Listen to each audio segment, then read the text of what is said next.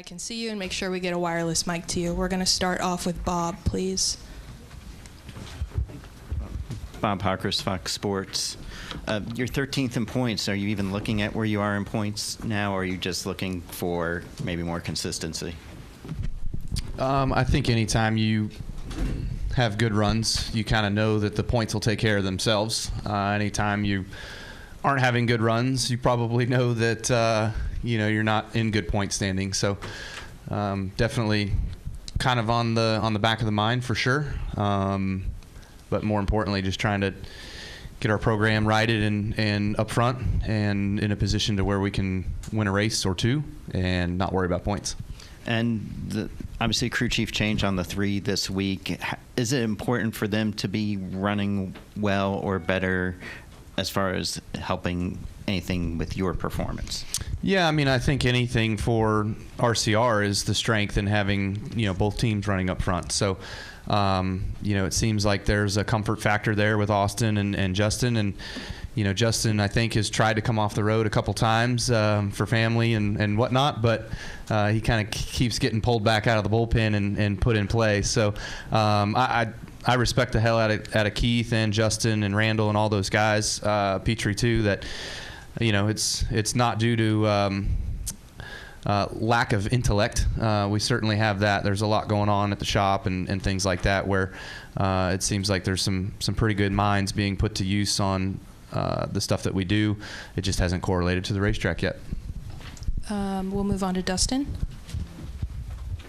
Dustin Long, NBC Sports. Kyle, as a sports fan, I'm guessing you've seen events where maybe late in events they always say that the officials call things a little differently in light of what happened last week at Richmond, what NASCAR said, hey, if this situation happened earlier, maybe it's a different outcome. From an athlete's point of view, how important is it to be able to dictate what you're able to do at the end, as long as it's way out of bounds, as opposed to having officials step in? I kind of feel like they probably, if it was earlier in the race, they probably would have spent time reviewing it and then calling it and making a penalty and calling a pass through or whatever that is. But since it was the end of the race, they are a lot more prone to let things go when it comes down to the end of the race. We look at bump and runs. We look at dump and runs, right? I mean, a guy flat blatantly takes out another guy and gets to score the win because they're not going to strip that for rough driving or something else. You know what I mean? So I feel like that's kind of their mentality a little bit of just not wanting to be involved in a finish and stripping a win, per se.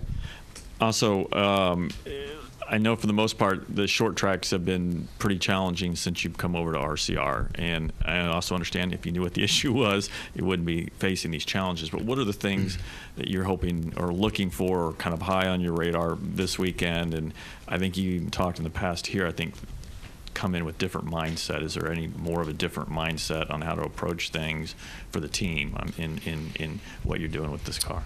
Yeah, I mean, to me, I feel like I know how to get around Martinsville. I've won here before. I feel like my good stretch of races here certainly came from 2013-14 time frame to about 18-19. So we had some good runs. I think we won 2 or 3 races here in that time period. So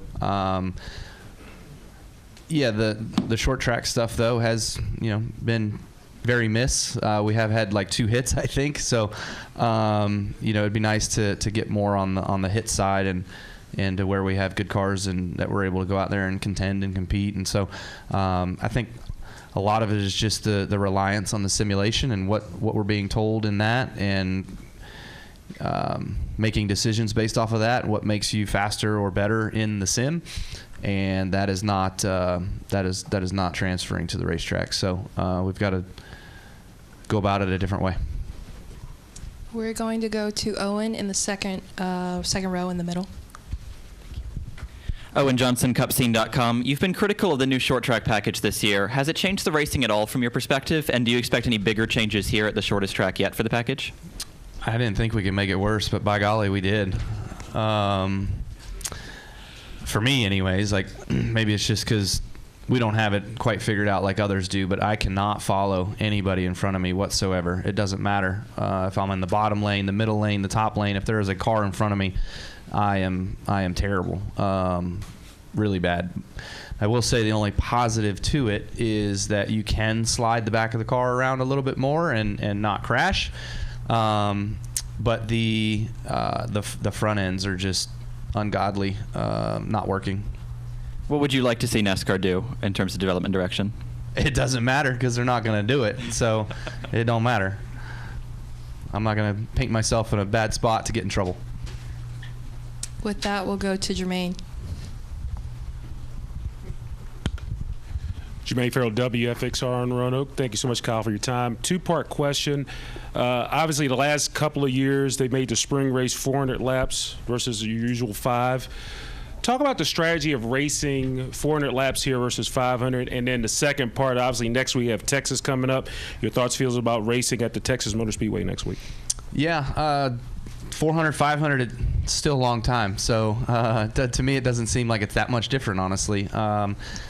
Stage lengths are a little different. How you would kind of strategize the race might be a little bit different, but honestly, to me, it's not that much different. So, and I think that's it for here. So going into next week for Texas, we were pretty good there last year. We had a decent car. We were, coming up through the field, getting into the top 3.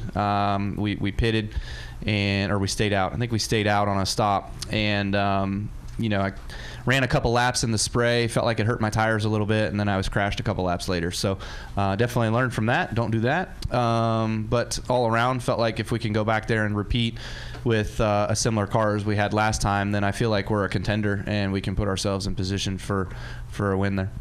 Thanks, sir. Yep. We're going to go to Zach and then Lee and then finish on the side.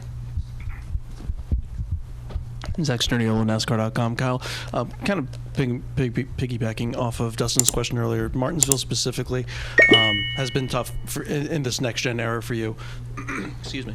But I know you've also talked about just trying to find the feel that works for you in this next-gen car. Do you feel any closer to that from the grand scheme of things as this season continues and progresses?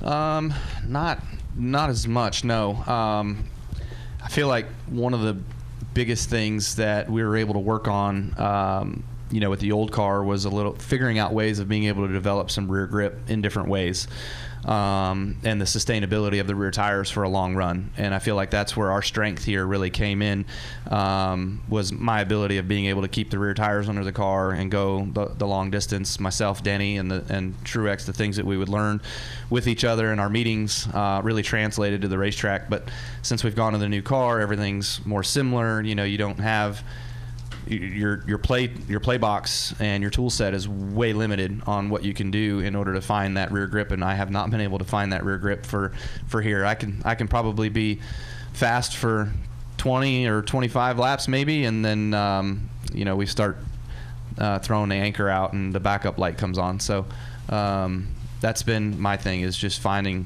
how to manage the rear tires and keep those under us. We'll go to Lee next. Lee Spencer, CatchFence.com, SiriusXM NASCAR Radio. Joey Logano said on the network this week that when a pit crew is used to winning, when they're used to being a top 5 car, it puts them under a different level of pressure than when you're riding 15th, 20th. Do you have to kind of condition your pit crew to get there where you need them to be able to perform on Sundays?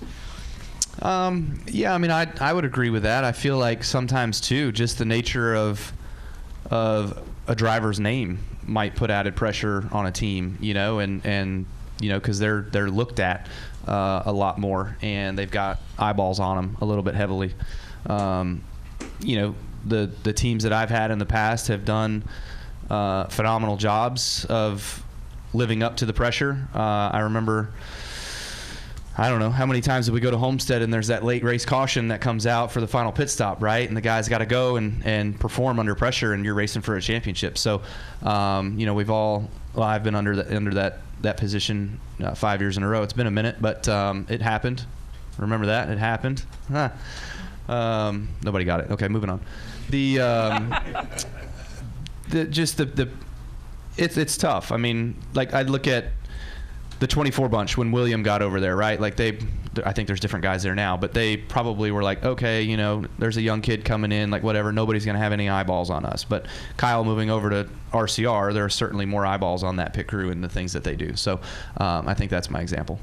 And Texas has generally been a really good track for you prior to the next gen car, and I'm curious, you know, your last 2 starts there have not been, you know, I think I've wrecked in every next gen start there, haven't I? Pretty much. Thank you. Sorry. But my question to you is, you know, with being at the new team and what have you, how much direction do you get from General Motors as being a key partner, and how much internally are you know, goes into the car? Do you kind of have a roadmap that comes as being a key partner, or is there more individualism that takes place from the team side? Well, definitely, yes. We're a key partner team with Team Chevy, so we obviously have that that toolbox and the things of the sim and everything that goes along with that to compare and work with the other Chevy teams, Trackhouse and HMS. So we do that. We've done that a lot. We've done that about everywhere. You know, I mean, there has been hot places where we've been really good, and we've done it on our own. And then there's been other places where we follow suit with those guys, and we've been good or we've been bad. But the gist of it is to work together and to work as a team, and we have our meetings afterwards where we all kind of talk about the stuff that we fought over the weekend, and you know what happens after those meetings I think is probably the utmost importance, with the engineers and the crew chiefs and stuff reading through our comments and going back to the setups and figuring out why somebody was particularly good or somebody was particularly bad, and kind of dissecting that stuff and learning what to do, what not to do. We'll go to the left here. Wynn Harold, BTW 21. With the history surrounding Martinsville Speedway, and we are local, what is one of your favorite moments that's ever happened here, and what is one of your favorite things about driving Martinsville? I'll start with the second question first. I don't know if I have a favorite part of Martinsville. Winning, I guess. You know, that's the fun part when you're going forward on those long runs and guys in front of you are struggling a little bit, and you can get to them and kind of nudge them a little and go and move on and win. But other than that, I would cool moments here. I mean, man, some of that with the Hendrick camp and their wins here and the history that they have here from the tragedy that took place nearby, and then I would say beyond that, further back in history, you know, some of the Earnhardt moments are always entertaining and pretty spectacular with Darrell and those guys. So the way that they would fight for wins here was always kind of intense, and would shine a light on what NASCAR was really made from. All right, well, we have no questions from the press box, so thank you so much, Kyle. All right. Good Yep. luck this weekend. Thanks. We're going to take a short break, and then we'll continue.